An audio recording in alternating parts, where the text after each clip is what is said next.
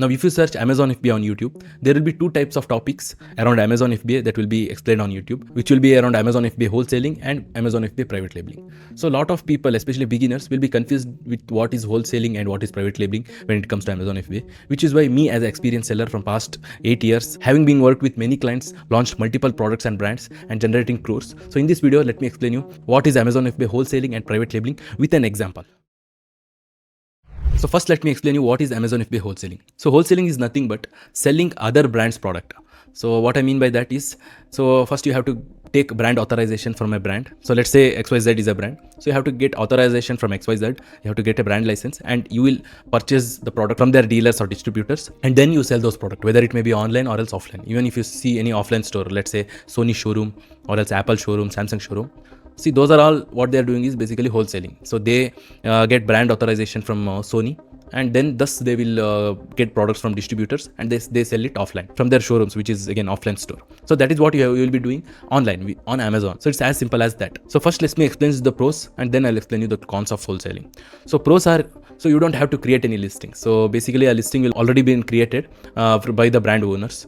So there you can go ahead and sell your product. You can sell under that particular listing. And one more thing is you don't have to be worried about marketing, which is again running advertisement on Amazon. Since the brand already has a recognition, let's say Sony, Samsung and all, it's a well-known brand. A lot of people will be using their brand name itself to search on the search bar, right? Amazon search bar. So let's say they want to buy a Bluetooth speaker. They go ahead and search Sony Bluetooth speaker on Amazon search bar itself and scroll which model they want, and they will click on that particular listing and they will purchase. So if you are selling the wholesale product, you don't have to create the listing.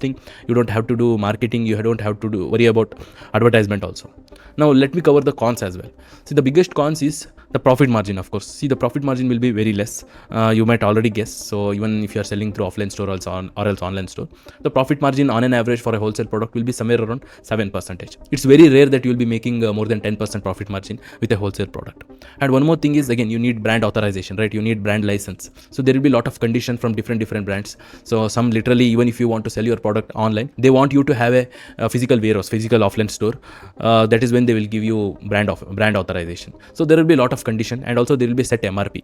So above that MRP you cannot sell the product. So MRP will be stickered on the particular product. You cannot basically sell product purchasing from the distributors above that. So there are a lot of restrictions. And one more biggest con when it comes to wholesaling Amazon FBA, I'll explain you by showing a listing itself. Here you can see a Sony Bluetooth speaker, right?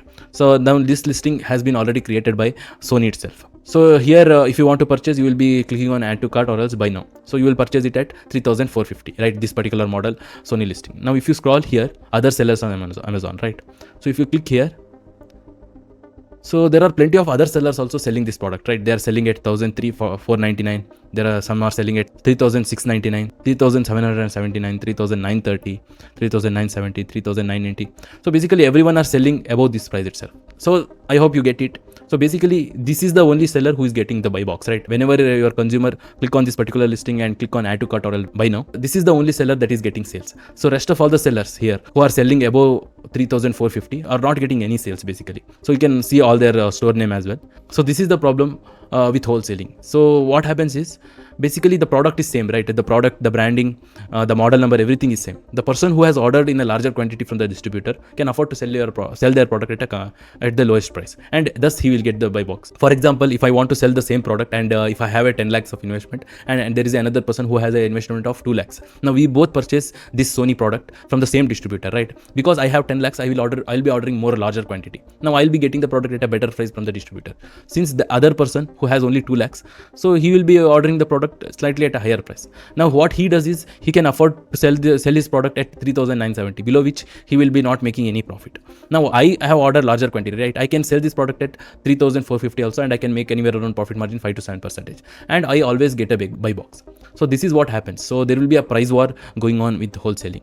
So this is the biggest con when it comes to Amazon FBA wholesaling basically. So if you want to do Amazon FBA wholesaling, you need plenty of investment. So with my experience, you should be having anywhere around more than 7 lakhs of investment. That is when you can think about doing wholesaling. That too, when you have very limited time, you don't want to focus on creating listing or advertisement, and you just want anywhere around 5 to 10% profit margin by selling each product. That is when you have to do wholesaling. Other than that, the private labeling is the option. So let me explain you by showing a listing for private labeling as well. So here you can see baby feeding set.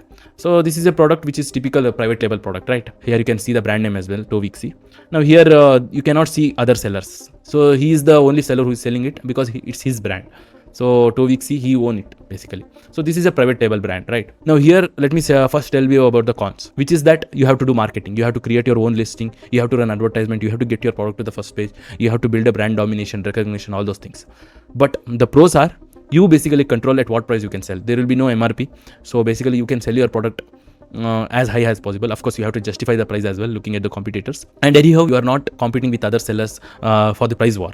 So no one is selling. When you are a consumer, click on this listing and click on add to cart or else buy now, you will be getting all the sales basically. And one more thing is differentiating. See, even though this will be a product like where other competitors also will be selling the same baby feeding set, so it's your product, right? End of the day, your logo will be there.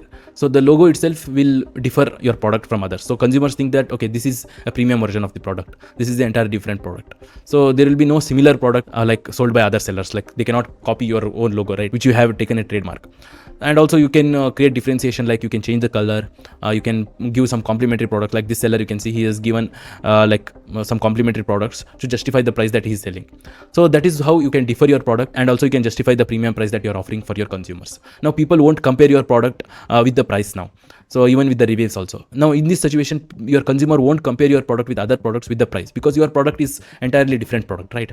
So this is the added advantage. And one more biggest advantage of doing private labeling is basically you are building a brand, you are building an asset which you can depend for coming years. So unlike wholesaling, you are not owning a brand basically.